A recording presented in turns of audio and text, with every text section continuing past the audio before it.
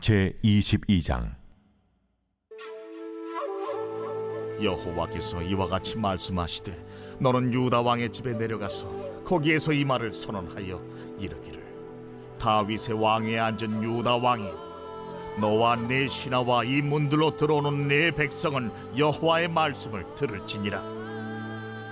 여호와께서 이와 같이 말씀하시되 너희가 정의와 공의를 행하여 탈취당한 자를 압박하는 자의 손에서 건지고 이방인과 고아와 과부를 압제하거나 학대하지 말며 이곳에서 무죄한 피를 흘리지 말라. 너희가 참으로 이 말을 준행하면 다윗의 왕위에 앉을 왕들과 신하들과 백성이 병거와 말을 타고 이 집 문으로 들어오게 되리라. 그러나 너희가 이 말을 듣지 아니하면 내가 나를 두고 맹세하노니 이 집이 황폐하리라. 여호와의 말씀이니라. 여호와께서 유다 왕의 집에 대하여 이와 같이 말씀하시니라. 내가 내게 길르앗 같고 레바논의 머리이나 내가 반드시 너로 광야와 주민이 없는 성읍을 만들 것이라. 내가 너를 파멸할 자를 준비하리니 그들이 각기 손에 무기를 가지고 네 아름다운 백향목을 찍어 불에 던지리라.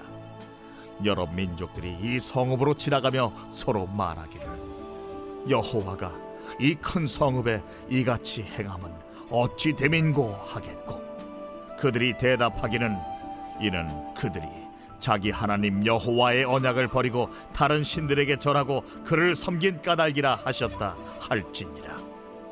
오늘 본문은 깨어진 하나님과의 관계를 회복하기 위한 말씀이라고 할 수 있습니다.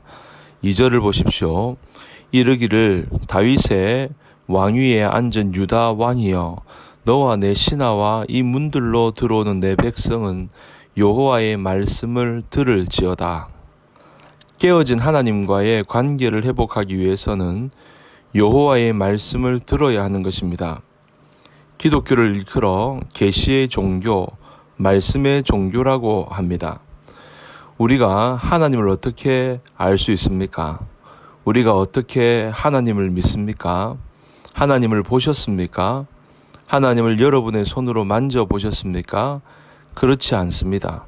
하나님이 말씀을 통해서 자신을 나타내셨기 때문에 우리는 하나님의 말씀을 통해 그분을 알고 그분을 믿고 그분을 의지하는 것입니다. 우리의 믿음은 말씀에 근거한 믿음인 것입니다. 우리의 믿음이 자라나기 위해서 하나님과의 관계가 새로워지기 위해서 반드시 하나님의 말씀을 듣는 것이 대단히 중요합니다. 말씀을 듣지 않고 내 믿음이 자라겠다. 말씀을 듣지 않고 하나님과의 관계가 좋아지겠다. 그럴 수가 없는 것입니다. 로마서 10장 17절에 보면 그러므로 믿음은 들음에서 나고 들음은 그리스도의 말씀으로 말미암느니라.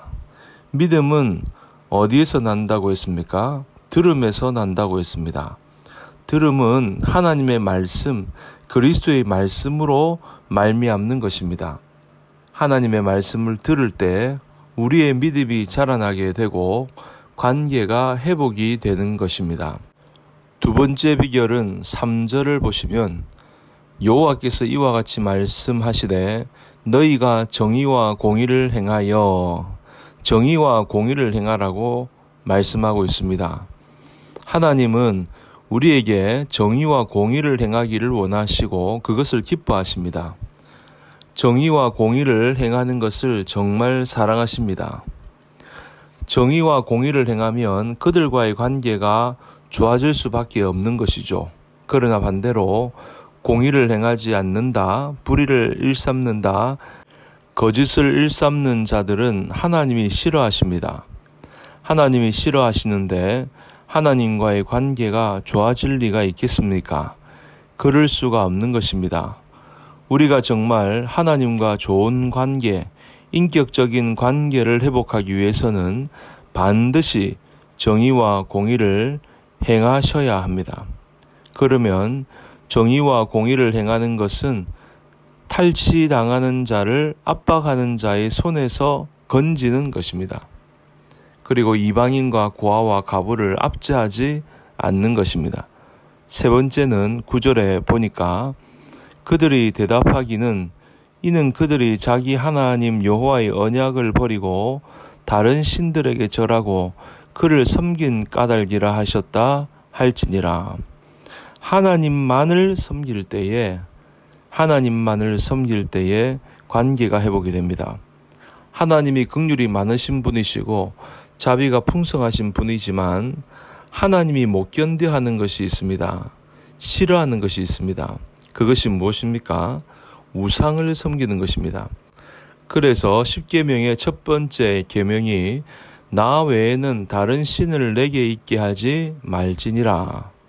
여러분, 우리가 유다 백성들을 돌아보면 하나님을 버리고 우상을 섬긴 일이 없습니다. 무슨 말인가 하면 그들이 하나님도 섬기고 우상도 섬겼다는 것입니다. 예루살렘 성전에서 하나님께 예배도 드리고 푸른 나무 아래에서 아세라 목상도 섬겼습니다. 하나님을 완전히 버리고 우상을 섬긴 적은 한 번도 없습니다. 그러니까 우리의 삶이 결단해야 하는 겁니다. 하나님만 섬기기로 결단해야 합니다. 여호수아는 평생 하나님만 섬기기로 결단했던 사람입니다. 여호수아가 뭐라고 합니까? 너희들은 섬길 자를 택하라. 나와 내 집은 오직 여호와만 섬기겠노라. 그러므로 우리가 하나님만 섬기게 될 때 우리는 하나님과의 관계가 다시 새롭게 회복이 될 것입니다.